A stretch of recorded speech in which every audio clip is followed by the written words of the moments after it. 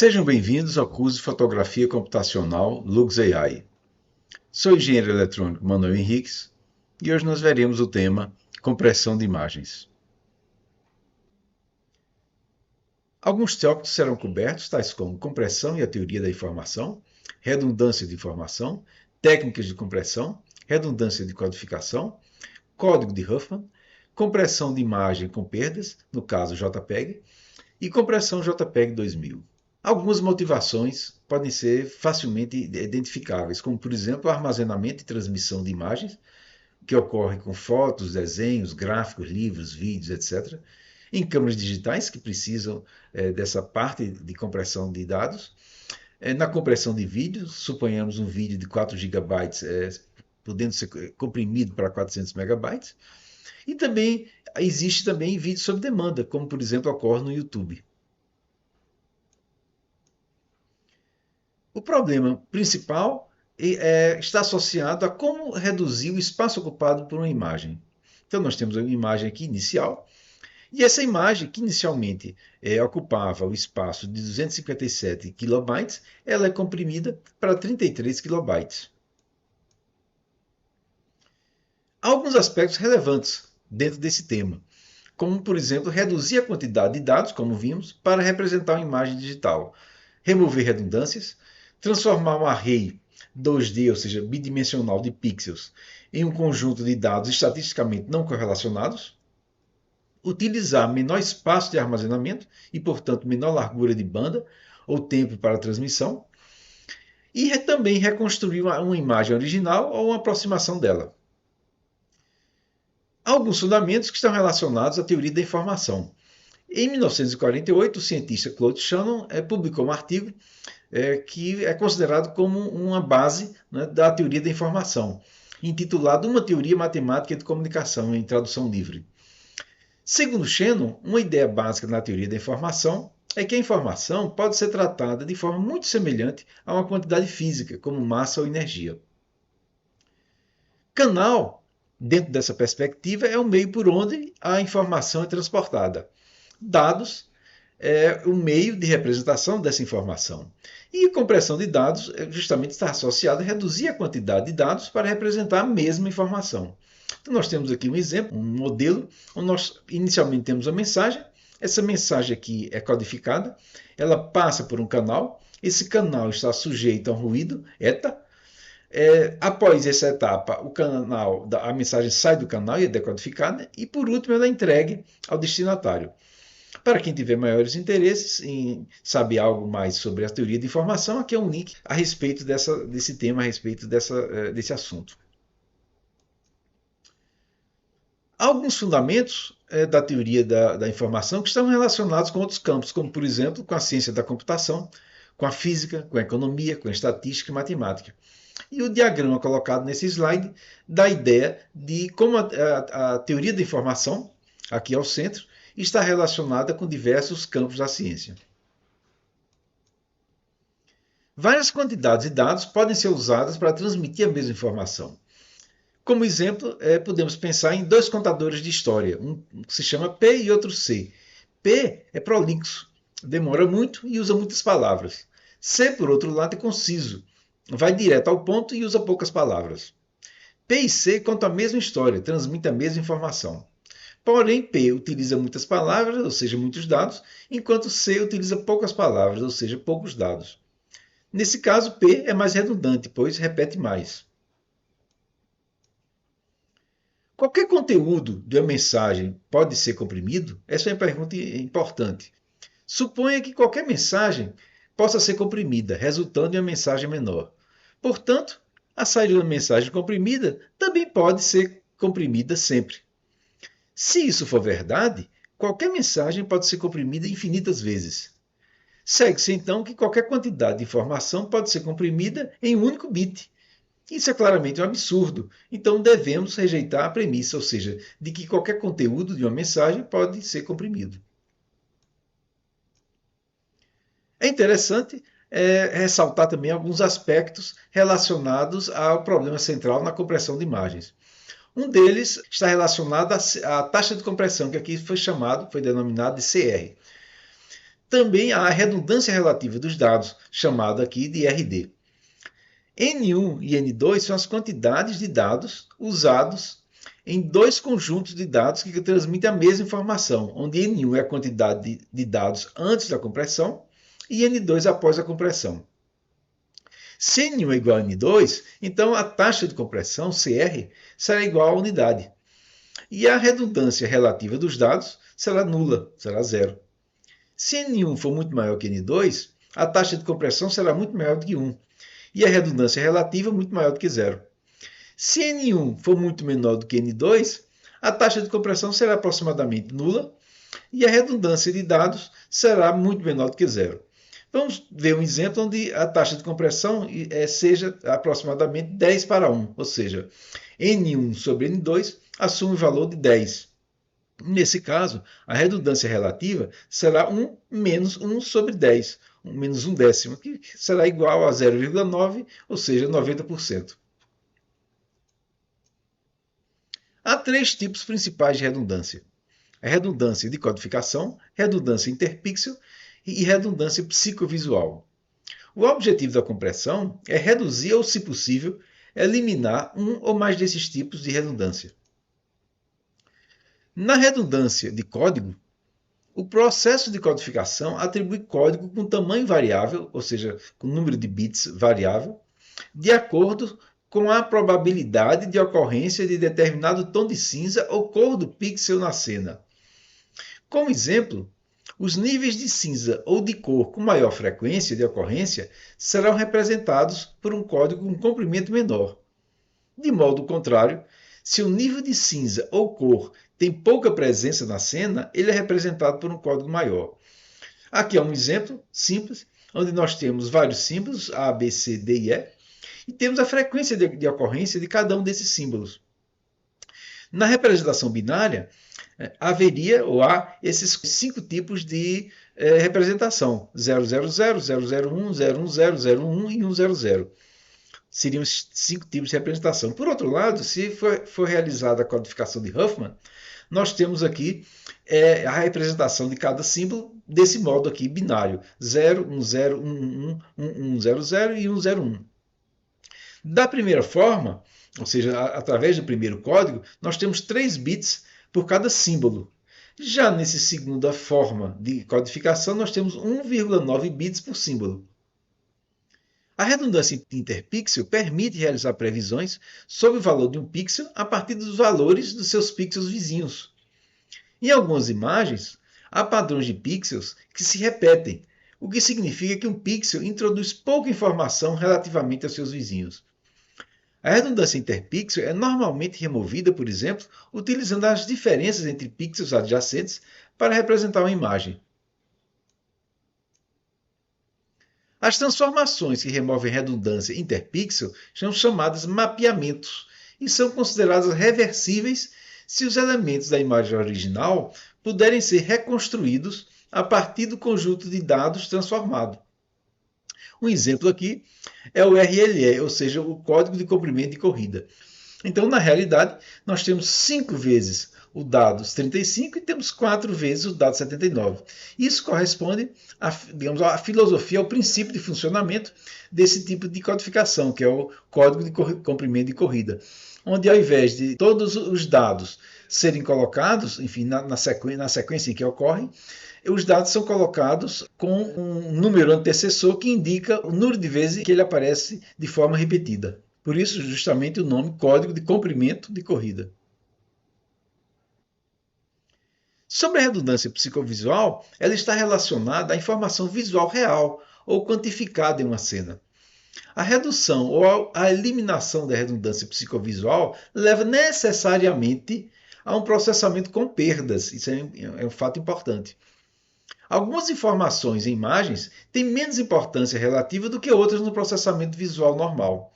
Essas informações são ditas psicovisualmente redundantes e podem ser eliminadas sem prejudicar a qualidade de percepção da imagem. Aqui é um exemplo de redundância psicovisual. Essa redundância é fundamentalmente diferente das redundâncias anteriores, pois está associada com a informação visual quantificável ou real. Então nós temos aqui o exemplo da imagem da frequência relacionada aos elementos que compõem essa imagem. Então aqui, por exemplo, nós vemos essa imagem dentro desse espectro, digamos assim, de frequências demonstrado por essas barras verticais. Então vemos aqui um esboço um tanto borrado, mas podemos distinguir inclusive a imagem conhecida como Lena. Na medida em que a frequência aumenta, apenas é possível perceber uma silhueta leve da imagem. Ou seja, esses fatos estão relacionados justamente à redundância psicovisual. Sobre técnicas de compressão, há aquelas sem perda, que mantém toda a informação contida no sinal original, ou seja, técnicas de compressão sem perda são utilizadas em compressão de arquivos através de formatos comprimidos como ZIP, ARJ ou GZ, e também em dispositivos de comunicação de dados como os modems. Há também técnicas que envolvem perdas. Uma técnica com perda é usada nos casos em que a perda de alguma informação é tolerável. Algumas perdas, na realidade, não são percebidas pela visão e audição humanas. Sobre redundância de codificação, há um código, ou seja, um sistema de símbolos que representam letras, números, bits, etc., e é usado para representar a informação. E há uma palavra, que é uma sequência de códigos. Suponha uma imagem com L tons de cinza. Cada tom de cinza RK está no intervalo entre 0 e 1, para cada K variando entre 0 até L-1. A probabilidade de ocorrência de cada RK, de cada tom de cinza, é P de RK. O número de bits usados para representar RK é L de RK. E o LAVG é o número médio de bits por pixel.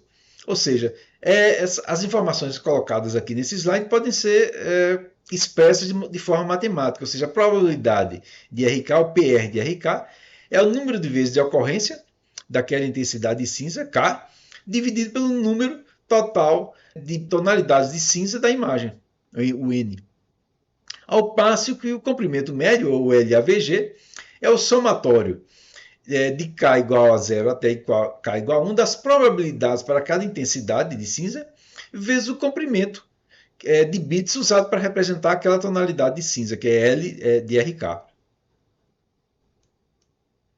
Aqui é um exemplo de redundância de codificação. Então, para L igual a 8 tons de cinza, nós temos um código 1, onde o comprimento médio equivale a 3 bits por pixel. E no código 2, o comprimento médio equivale a 2,7 bits por pixel. Vejamos que no comprimento, no código 1, nós temos aqui um número fixo de bits, ou seja, 3 bits para cada pixel. E no código 2, nós temos um comprimento variável de bits por pixel. E é interessante observar que os códigos, né, que possuem menor comprimento estão eles justamente associados àqueles onde há uma probabilidade maior de ocorrência. Enquanto que os códigos que possuem maior comprimento são aqueles que estão relacionados a uma probabilidade menor de ocorrência.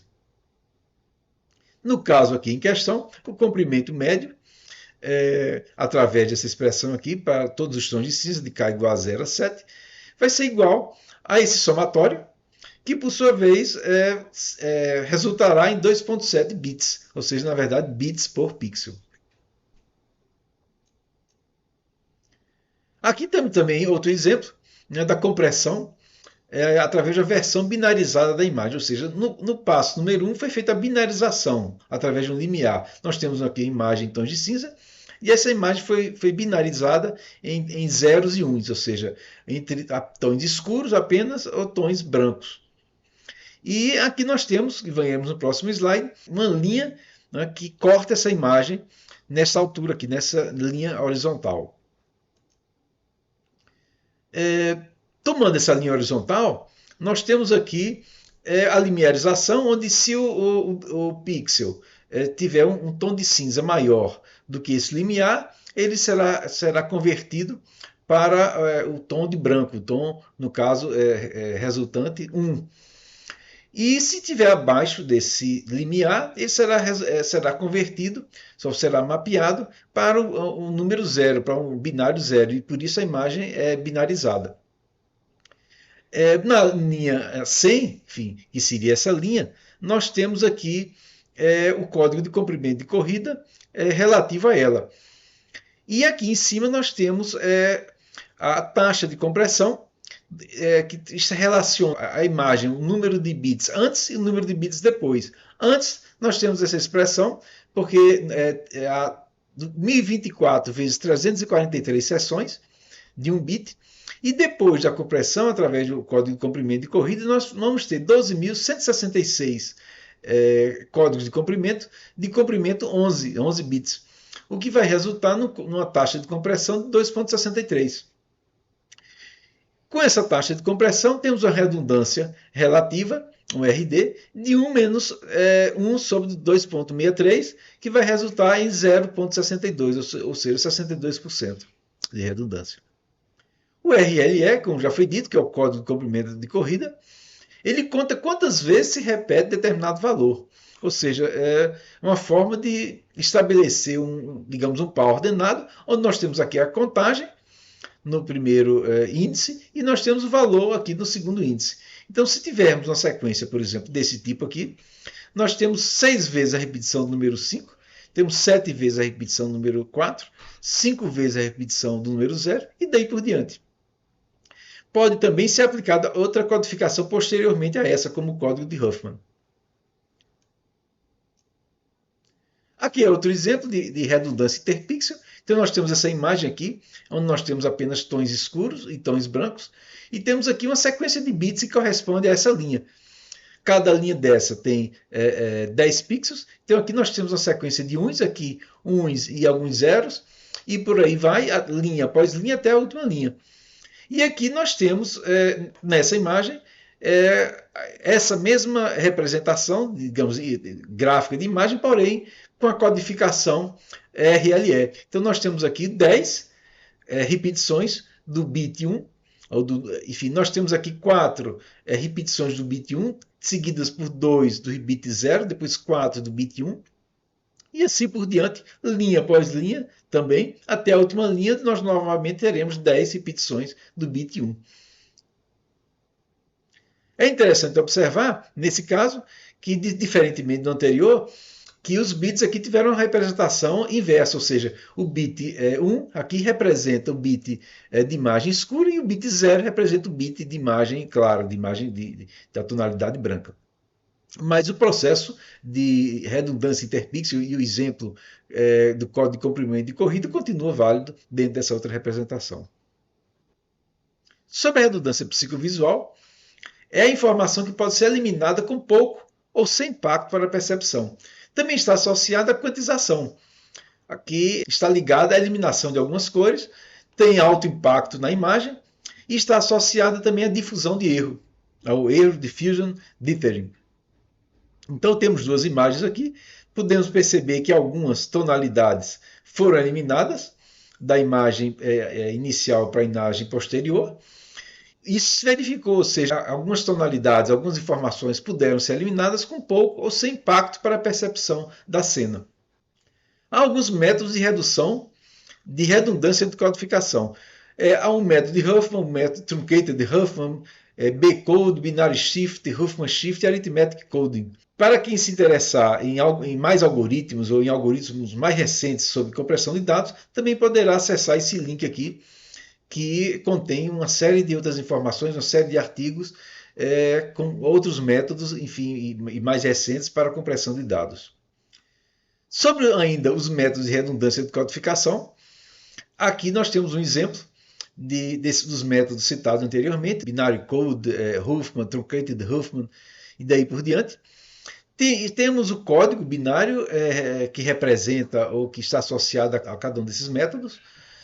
E temos aqui também o comprimento médio associado à utilização desses métodos para a codificação desses blocos, do bloco 1, bloco 2 e bloco 3, onde cada um deles tem uma probabilidade associada. É possível ver que no caso em questão, para esses blocos, para esse caso específico, que o código do Huffman foi que obteve o menor comprimento médio, 4,05. Algumas características gerais do código de Huffman. Possui codificação de comprimento variável, com códigos mais frequentes usando menos bits e códigos menos frequentes usando mais bits. A codificação é feita construindo a árvore de codificação. Essa árvore é construída de baixo para cima com base nas frequências dos símbolos. A codificação de Huffman é um algoritmo de compressão de dados sem perda. Isso é um fato muito importante. A ideia é atribuir códigos de comprimento variável aos símbolos de entrada, sendo que os comprimentos dos códigos atribuídos são baseados nas frequências dos símbolos correspondentes. Os códigos de comprimento variável atribuídos aos caracteres de entrada são chamados de códigos prefixo, o que significa que os códigos, ou seja, que a sequência de bits, eles são atribuídos de tal maneira que o código atribuído a um símbolo não é o prefixo do código atribuído a qualquer outro símbolo, evitando assim ambiguidades. Um contra-exemplo de códigos prefixo. Vamos supor que haja 4 caracteres A, B, C e D, e seus códigos de comprimento variável correspondentes sejam 00, 01, 0 e 1. Essa codificação leva à ambiguidade porque o código atribuído a C é o prefixo dos códigos atribuídos a A e B. Ou seja, se o fluxo de bits comprimido for 0001, a saída descompactada pode ser CCCD, CCB, ACD ou AB. Ou seja, há claramente ambiguidades. Então, esse é um contra-exemplo de códigos prefixos. O código de Huffman possui algumas vantagens, tais como eficiência de compressão, ou seja, atribuindo códigos menores aos símbolos que aparecem mais frequentemente, isso tem um resultado em termos de uma alta taxa de compressão. O esquema de codificação de prefixo, que é um método que simplifica a implementação e também a decodificação. É amplamente utilizado, largamente adotado em compressão de dados, com suporte em muitas bibliotecas e ferramentas de software, facilitando a integração em sistemas existentes. Compressão sem perda. Permite que os dados originais sejam reconstituídos exatamente a partir dos dados comprimidos. Também possui desvantagens, como, por exemplo, a respeito do conhecimento prévio das frequências.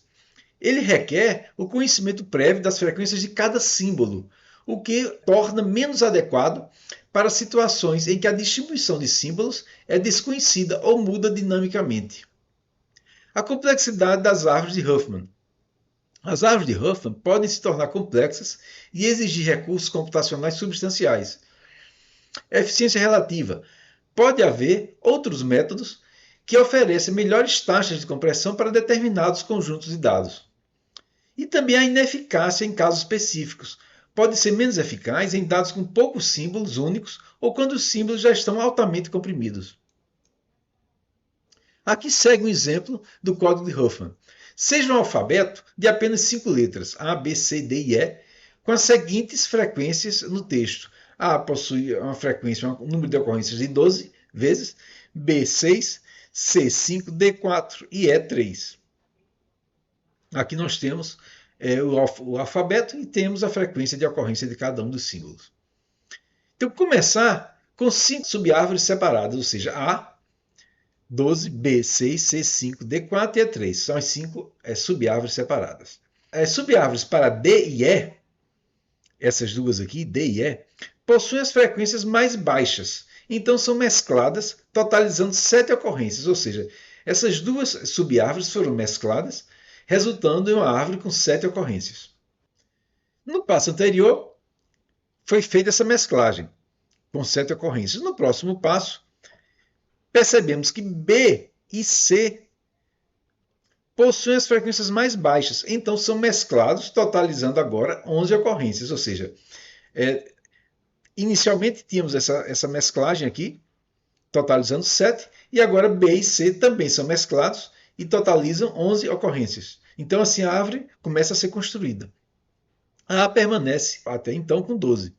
No passo anterior, fizemos essas mesclagens aqui. No próximo passo, podemos ver que B e C e D e E possuem as frequências mais baixas, então são mescladas. Ou seja, nós temos aqui esse conjunto aqui com 11 ocorrências, formado por B e C, pela mesclagem inicial, e D e E foram mescladas nessas 7 ocorrências. E uma vez que essas duas aqui, 11 e 7, possuem as frequências mais baixas, também são mescladas e agora temos 18 ocorrências. Ou seja, isso aqui foi feito no passo anterior.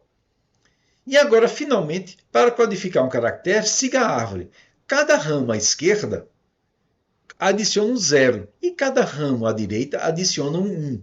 Por exemplo, o A, esse aqui, é codificado como 0, ou seja, um ramo à esquerda de 30, que representa a soma dessas 12 ocorrências com essas 18. Então, um ramo à esquerda representa um 0 e A fica codificado como 0.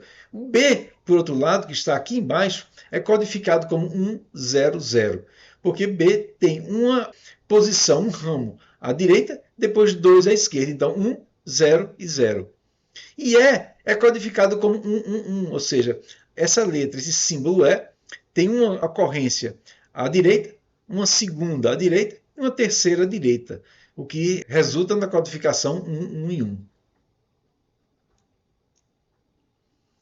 O código de Huffman pode ser visto também através dessa tabela, onde nós temos aqui os símbolos, né, desde A1 até o símbolo A6. Cada símbolo desse tem uma probabilidade de ocorrência e nós vemos esse método sendo executado, porém nessa forma de tabela, e a cada coluna dessa mostra o algoritmo sendo implementado. Da mesma forma, nós vemos aqui a tabela e uma vez que a tabela acima foi gerada, né, a tabela abaixo vai oferecendo a codificação entre zeros e uns. Ou seja, fizemos um processo aqui da geração da árvore e agora aquele outro processo de geração dos códigos, sempre seguindo essa mesma lógica que foi utilizada anteriormente. Então, nesse código aqui, que foi gerado, o comprimento médio resultou, através daquela fórmula que já foi colocada em slides anteriores, resultou então em 2,2 bits por pixel. Existe também, como já foi dito, compressão com perdas, e um desses exemplos mais notáveis é o modelo ou padrão JPEG. Ele é bom para comprimir imagens fotográficas, é mais modelado para mudanças graduais na cor, por outro lado não é bom para gráficos, ou seja, para mudanças bruscas na cor. A taxa de compressão de 10:1 é alcançável sem perda visível, isso é um aspecto importante, e utiliza o formato de arquivo JFIF, é o formato de intercâmbio de arquivo JPEG, ou seja, esse formato pode ser melhor visto, assim como o JPEG, nesse link que está colocado aqui abaixo. Em termos de critérios de fidelidade, como medir perdas causadas através de métodos de quantização, como por exemplo em métodos JPEG. Como medir essas perdas? Há critérios objetivos, como a relação sinal-ruído de pico, e como a relação sinal-ruído. Há critérios também subjetivos, como análise por seres humanos, que pode denotar uma análise, um método excelente, bom, razoável, marginal, inferior, indesejável. São métodos subjetivos. Em termos de critério de fidelidade objetivo, a métrica PSNR pode ser definida a partir da métrica MSE e do nível máximo de cinza. O MSE é definido através dessa expressão, onde nós temos aqui a imagem original representada por f de xy, e nós temos aqui a imagem recuperada após a compressão, que foi chamada aqui de f chapéu de xy. E através desse somatório duplo da diferença ao quadrado, dividido pelo número total de pixels, é obtido o MSE. A métrica PSNR, por sua vez, ela é igual a essa expressão que nós temos aqui, em termos logarítmicos, e resulta em 20 vezes o logaritmo na base 10 dessa expressão 255 dividido por RMSE, onde, na verdade, o RMSE é a raiz quadrada do MSE. Como já foi dito, né, F e F chapéu representam as funções de intensidade para o sinal original e para o sinal restaurado, respectivamente. Em termos da métrica SNR, segue a definição, ou seja, o SNR é igual também ao somatório duplo, porém do F chapéu elevado ao quadrado, dividido pelo somatório duplo da diferença entre o F chapéu e o F relativo ao sinal, à imagem original, onde, como já foi dito anteriormente, F chapéu representa as funções de intensidade para a imagem original e a imagem restaurada, respectivamente. É interessante citar o desempenho do padrão JPEG. Quando há uma taxa de bits por pixel da ordem de 0,083, a imagem é considerada reconhecível. Quando isso se eleva para 0,25, é uma imagem usável. Para 0,75, já passa a ser imagem excelente. E para 2,25, a imagem se torna indistinguível da original. Quais são os principais passos envolvidos na compressão JPEG? Primeiro, a conversão do espaço de cor. Se a imagem estiver em um espaço de cor diferente desse modelo, desse espaço YCBCR, como por exemplo, se ela estiver originalmente no modelo no espaço RGB, ela é convertida para o espaço de cor YCBCR. O YCBCR, na verdade, ele separa a imagem em componentes de luminância, brilho, e crominância, cor. Na etapa seguinte, é feita uma subamostragem ou redução de crominância. No espaço de cor YCBCR, as informações de crominância, CB e CR, podem ser subamostradas para reduzir a quantidade de dados. Posteriormente, é feita a divisão em blocos e transformação. A imagem é dividida em pequenos blocos, geralmente blocos de 8 por 8 pixels cada um deles. Cada bloco é então submetido a uma transformação matemática chamada transformada discreta de cosseno, ou DCT. Como próximo passo, é realizada a quantização, ou seja, os coeficientes da DCT são quantizados, o que envolve dividir cada coeficiente por uma matriz de quantização pré-definida. Esse passo introduz perda. Valores de quantização mais altos resultam em mais compressão, mas menor qualidade da imagem. Na etapa seguinte, é feita a codificação de entropia, que, por exemplo, pode ser a codificação Huffman. Os coeficientes DCT quantizados são então submetidos à codificação de entropia, geralmente a codificação Huffman, e também RLE. Posteriormente, é realizada a adição de cabeçalhos e metadados, ou seja, os dados da imagem comprimida são encapsulados com cabeçalhos e metadados que fornecem informações sobre a imagem, como dimensões, proporções de subamostragem e tabelas de quantização. Aqui é um diagrama simples, um diagrama de blocos, que mostra o processo de criação, de codificação do sistema JPEG. Então, nós temos inicialmente a imagem original, ela é codificada após a transformação de RGB para YV ou YCRCB, como nós vimos há pouco. Depois é realizada a transformada discreta, cosseno. Num passo sucessivo posterior é feita a quantização e é realizado um codificador de entropia. E aqui a imagem pode ser restaurada nesse processo aqui seguinte, onde através dessas tabelas de quantização e através da tabela de Huffman, que já foram usadas no processo de codificação, elas são novamente utilizadas no processo de decodificação de entropia e de quantização. É feita a transformada inversa do cosseno e a imagem é transformada de YV ou YCRCB para RGB. E nesse processo, como já foi dito, são utilizadas tabelas ou blocos 8 por 8 nessa parte aqui de conversão da transformada discreta dos cossenos. Aqui seguimos com a primeira etapa para a compressão JPEG. Então nós temos aqui um bloco de 8 por 8 e aqui temos os valores atuais em termos de cinza para cada um desses 64 blocos que estão nessa matriz 8 por 8. Aqui nós temos a transformada discreta do cosseno, bidimensional. Temos a expressão resultante dessa transformada, que corresponde a um somatório duplo, onde inicialmente temos a intensidade de cada um dos pixels, tonalidade de cinza, que é o FMN, e temos dois parâmetros, dois coeficientes, que estão aqui representados, e que por sua vez multiplicam cossenos, que por sua vez também estão relacionados ao índice de largura e ao índice de altura dos pixels da imagem.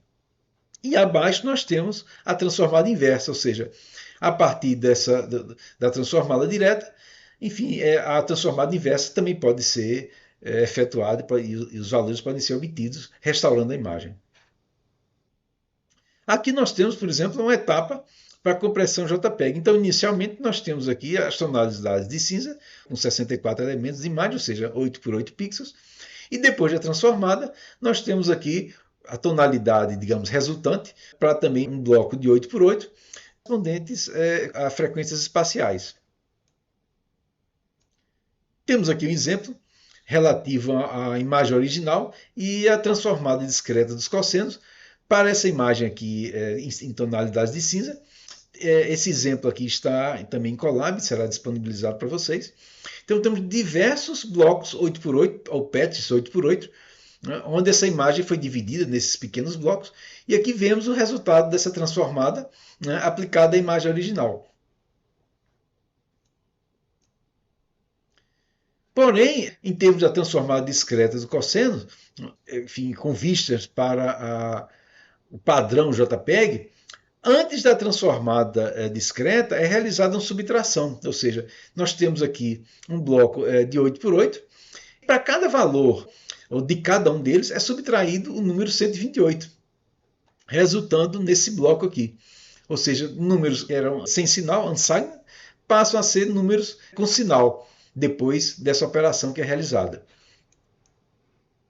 Após, então, essa subtração, é que, de fato, é realizada a operação de transformada dos cossenos. Ou seja, depois dessa subtração que foi feita na etapa anterior, a transformada foi realizada e nós temos aqui o resultado dessa operação. Enfim, nessa matriz aqui à direita.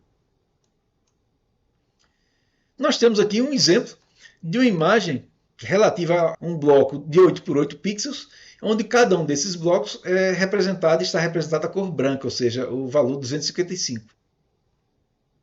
Após essa transformada discreta, esse bloco todo resultou nisso aqui. Resultou nesses números que nós vemos, nessa matriz que nós vemos aqui. Isso também pode ser colocado em uma forma de tabela, ou seja, depois dos devidos arredondamentos. Ou seja, basicamente nós só temos um componente aqui que nós veremos que se chama componente DC. Então, para um bloco sem irregularidades, digamos assim, onde todos eles têm o mesmo valor, então só restou, né, depois dos arredondamentos, a componente DC, que nós podemos ver aqui. Nesse outro exemplo, também um bloco de 8 por 8, nós temos a transformada discreta, porém, aqui nós vemos que não temos apenas, digamos, um primeiro valor DC, mas temos vários outros valores, e alguns deles se sobressaem, como, por exemplo, menos 924, 323, 217, 183, e os valores restantes são de magnitude positiva ou negativa, mas são valores muito baixos, né? De modo que quando são arredondados, basicamente restam apenas esses valores aqui, que correspondem a essa imagem, esse bloco de 8 por 8 pixels. Já nesse exemplo aqui, no bloco 8 por 8, nós temos um subbloco de pixels de intensidade 255, rodeado por blocos de intensidade 0. Que a transformada discreta resultou nesta matriz aqui, onde, mais uma vez, nós vemos valores mais altos, temos também valores mais baixos que podem ser arredondados. Podemos ver, por exemplo, que esses valores, os valores mais altos, eles aparecem com maior frequência, apesar de que nós temos um componente DC ainda relativamente alto aqui. Finalmente, nós temos uma situação onde temos apenas um pixel, que representa 255, e todos os outros têm um valor 0. E o que é que se percebe aqui? Se percebe que os valores, de um modo geral, eles aumentaram bastante. E esses valores, como nós veremos a seguir, estão relacionados às frequências. Então, nós temos um bloco aqui do componente DC, relativamente alto, mas nós temos aqui muitos valores espalhados ao longo dessa matriz, enfim, com magnitudes maiores do que nós vimos nos casos anteriores. É como se esse pixel representasse aqui um impulso, né, dentro de uma malha, né, de 8 por 8 pixels. Então aqui nós vemos a matriz anterior, porém com os devidos arredondamentos, enfim, onde podemos perceber realmente essa profusão de valores, digamos assim, de magnitudes mais elevadas ao longo de toda a matriz. A respeito disso, nós podemos visualizar esses blocos 8x8 em termos de frequências, ou seja, os valores próximos dessa região aqui representam valores de baixa frequência. Já os valores que estão nessa região representam valores associados a frequências médias. Por outro lado, valores que estão nessa região aqui são valores associados a alta frequência, ou seja, em baixa frequência nós temos essa região, em média frequência nós temos essa daqui, e os valores dessa região aqui estão relacionados a valores de alta frequência. Mas qual é o objetivo, quais são os objetivos da transformada discreta de cosseno na compressão JPEG? Descorrelacionar os elementos da imagem, representar a imagem em termos de componentes de frequência espacial para posterior processamento, de acordo com as características da visão humana, e a simplicidade de processamento, ou seja, nós temos como resultado valores reais. Aqui nós temos o exemplo da aplicação de uma função básica DCT, da transformada discreta, onde nós vemos aqui, na medida em que nós nos aproximamos dessa região, nós vemos componentes e coeficientes relacionados a frequências mais altas. E na medida em que a gente se dirige para essa região aqui, nós vemos componentes relacionados a baixa frequência, e isso aqui em especial está relacionado a um componente DC, esse primeiro valor aqui. Porém, ao invés de realizar aquela operação da transformada discreta dos cossenos através daquele somatório duplo, também é possível realizar a transformada discreta através do método que eu estou mostrando aqui. Então nós temos o que é chamado de matriz base DCT, que é construída a partir dessa expressão. Então, para um bloco, em especial, poderia ser um bloco 16x16, mas nós temos tratado aqui de blocos 8x8 pixels. Então nós temos uma matriz base chamada ortonormal, que é uma matriz, que é essa matriz T, com esses valores. Então, para o cálculo da transformada discreta de cossenos, podemos realizá-la de uma maneira mais simples, ou seja, a matriz original, né, uma vez subtraído o valor de 128, que seria essa matriz M, ela é multiplicada por essa matriz aqui base, essa matriz T, que é esta aqui, e multiplicada pela matriz inversa, que é a T-1. Ou seja, a matriz que desejamos fazer a operação para calcular, né, a transformada discreta de cossenos, ela fica aqui ao centro. E é multiplicada pela matriz T e pela inversa dela. Contudo, essa matriz, pelo fato dela ser ortonormal, a inversa dela, o T-1, é essa matriz transposta. E isso simplifica muito a realização dos cálculos. Uma vez tendo sido realizada, tendo sido calculada a transformada discreta, agora é a vez de a aplicação da matriz de quantização. A matriz de quantização enfim, é essa matriz que nós vemos aqui, e ela é melhor, a quantização é melhor para baixas frequências, e a quantização ela é feita de tal forma que ela detém, ela retém os componentes de alta frequência. Nós vemos aqui esses componentes aqui com um valor de magnitude maior. Na realidade, são realizadas operações WISE, ou seja, cada valor aqui divide o valor original da matriz após a operação DCT, ou seja, por exemplo, aqui é realizada a operação de menos 415 dividido por 16, e esse valor é arredondado. E assim é feito elemento por elemento, no bloco 8x8, até chegarmos a esse resultado final. E normalmente as altas frequências, como possuem uma quantização ou valores de quantização maiores, e normalmente também já na própria saída da transformada DCT já tem magnitudes inferiores, normalmente esses valores aqui chegam a magnitude zero. Em uma próxima etapa, depois da aplicação da transformada da DCT, é realizada a operação de quantização. Então, uma matriz de quantização como essa não é a única, é importante frisar, há trabalhos de artigos, etc., que propõem outras matrizes de quantização, mas essa é uma matriz de quantização frequentemente utilizada. E nós temos aqui componentes ou magnitudes menores para baixas frequências e magnitudes maiores, como nós vimos aqui, para frequências mais altas. Então, os valores resultantes da transformada discreta, eles são divididos elemento por elemento por cada um desses elementos aqui dessa matriz de quantização. Isso é feito elemento após elemento, e nós percebemos aqui que elementos com frequências maiores, ou seja, que estão relacionados a regiões de maior frequência, normalmente são quantizados para zero. Então, essa aqui é um padrão, na realidade, em termos de matriz de quantização, e ela foi determinada, essa matriz, através de testes subjetivos. Isso é importante ressaltar. Aqui nós temos a quantização dos coeficientes, que foi realizada, e temos aqui o efeito disso aqui. Então, temos uma imagem original, nós temos esse bloco 8x8, e depois da quantização, nós temos como resultado essa imagem aqui, que mostra essa matriz original depois de ter sido quantizada.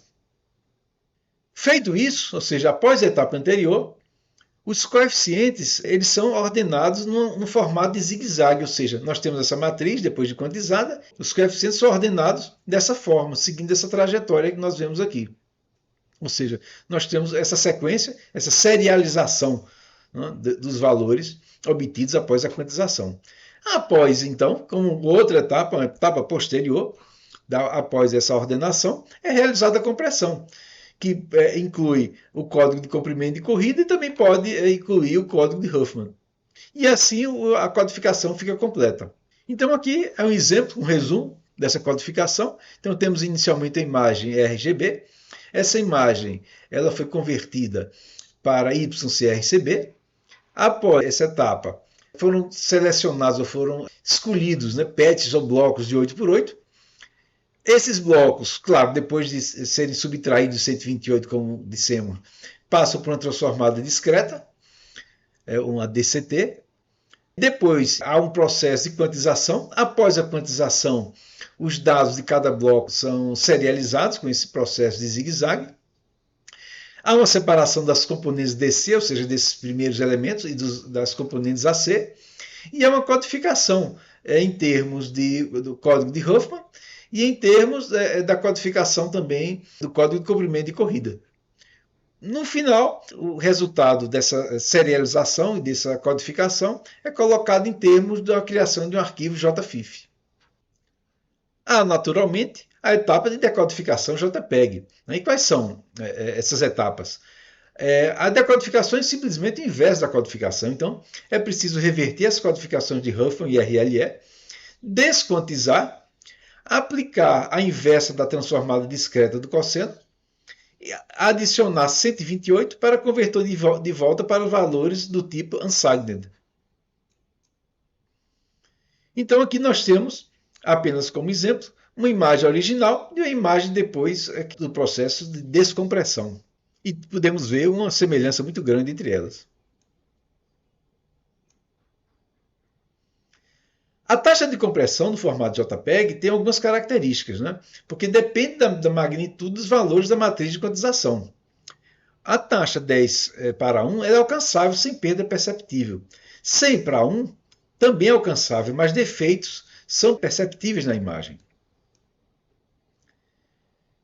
Aqui podemos ver alguns efeitos das subimagens na compressão, alguns artefatos. Ou seja, aqui temos aproximações usando 25% dos coeficientes da DCT em subimagens 2x2, ou seja, essa segunda imagem aqui à direita. Depois subimagens 4x4 e subimagens 8x8, ou seja, ao invés de usar, digamos, blocos 8x8, se usássemos bloco 4x4 ou 2x2, nós veríamos esses artefatos, esses defeitos com mais... eles seriam mais notados, né? Aqui nós podemos ver os efeitos da reconstrução sob diferentes razões de compressão, ou seja, se utilizarmos a razão de compressão 25:1, né, para essa subimagem aqui, localizada aqui próximo ao olho, nós temos como resultado essa imagem da descompressão. E aqui é a diferença entre essa região da imagem original e a imagem após a descompressão. Por outro lado, se usarmos uma razão de compressão maior, de 52:1, nós podemos ver já alguns artefatos, vemos que a descompressão resultou em uma piora, né? Ou seja, a taxa de compressão maior resultou em uma piora em termos da descompressão, e a diferença em relação à imagem original se tornou mais clara, enfim, a partir do que nós vemos aqui nessa imagem aqui no meio. Aqui temos a imagem original em 100K e nós temos várias imagens JPEG para diferentes percentuais de compressão. Então nós temos aqui 75%, nós temos aqui 50%, nós temos aqui 30% e nós temos aqui 10%. E percebemos claramente entre a imagem original e a imagem aqui 10%, que houve realmente um prejuízo em termos da imagem, mas nada tão absurdo que não se possa reconhecer a cena e a pessoa. Há também que se falar a respeito dos metadados. Então, esses metadados que estão dentro daquele arquivo, daquele formato JFIF, eles podem ser vistos aqui, e inclui uma série de informações, né, como tabelas de Huffman, tabelas de quantização, início de frames, enfim, as dimensões, as próprias dimensões da imagem. Né? Quem quiser mais informações poderá consultar esse link aqui a respeito desses metadados. Existem também outras transformadas para descorrelação espacial, além da transformada de esquerdas e cossenos. Por exemplo, nós temos a transformada de Walsh ou a transformada de Hadamard. Quem tiver mais interesse poderá pesquisar o uso dessas transformadas para a compressão de imagens. Sobre o padrão JPEG 2000, há algumas características interessantes. Uma delas é que é um sistema de codificação de imagem dentro do padrão ISO e IEC sob essa nomenclatura. É realizada uma compressão através de wavelets ou transformadas de wavelet. Há também o processo de codificação aritmética. Há também segmentação, seja por retângulos, planos ou regiões de interesse. Em termos de desempenho, arquivos de 20 a 30% menores para a mesma qualidade. E há uma referência aqui, um link de referência para quem quiser estudar mais a respeito, enfim, se aprofundar mais a respeito desse padrão JPEG 2000. No padrão JPEG 2000 há a filtragem wavelet, ou seja, na realidade a transformada de esquerda de cossenos ela não permite propriedades de sinais não estacionários. Um sinal estacionário, por sua vez, é aquele em que as propriedades estatísticas do sinal permanecem constantes ao longo do tempo, ou seja, a média e a variância do sinal não mudam. A transformação wavelet tem uma vantagem sobre as transformações de DCT, porque permite propriedades de sinais não estacionários. Então, nós temos aqui um exemplo da transformada de wavelet. No primeiro passo, nós vemos aqui o resultado. As regiões foram divididas em 4 sub-regiões. Depois, mais outras sub-regiões são extraídas, são criadas. E cada subimagem obtida em cada etapa será então quantizada. E as amostras não nulas resultantes são compactadas e codificadas em símbolos de comprimento variável. Então, essa é a metodologia para a filtragem wavelet, considerando o padrão JPEG 2000. Aqui temos, para comparação, uma imagem utilizando o padrão JPEG anterior, e aqui temos a imagem dentro do padrão JPEG 2000. Uma densidade de 0,25 bits por pixel.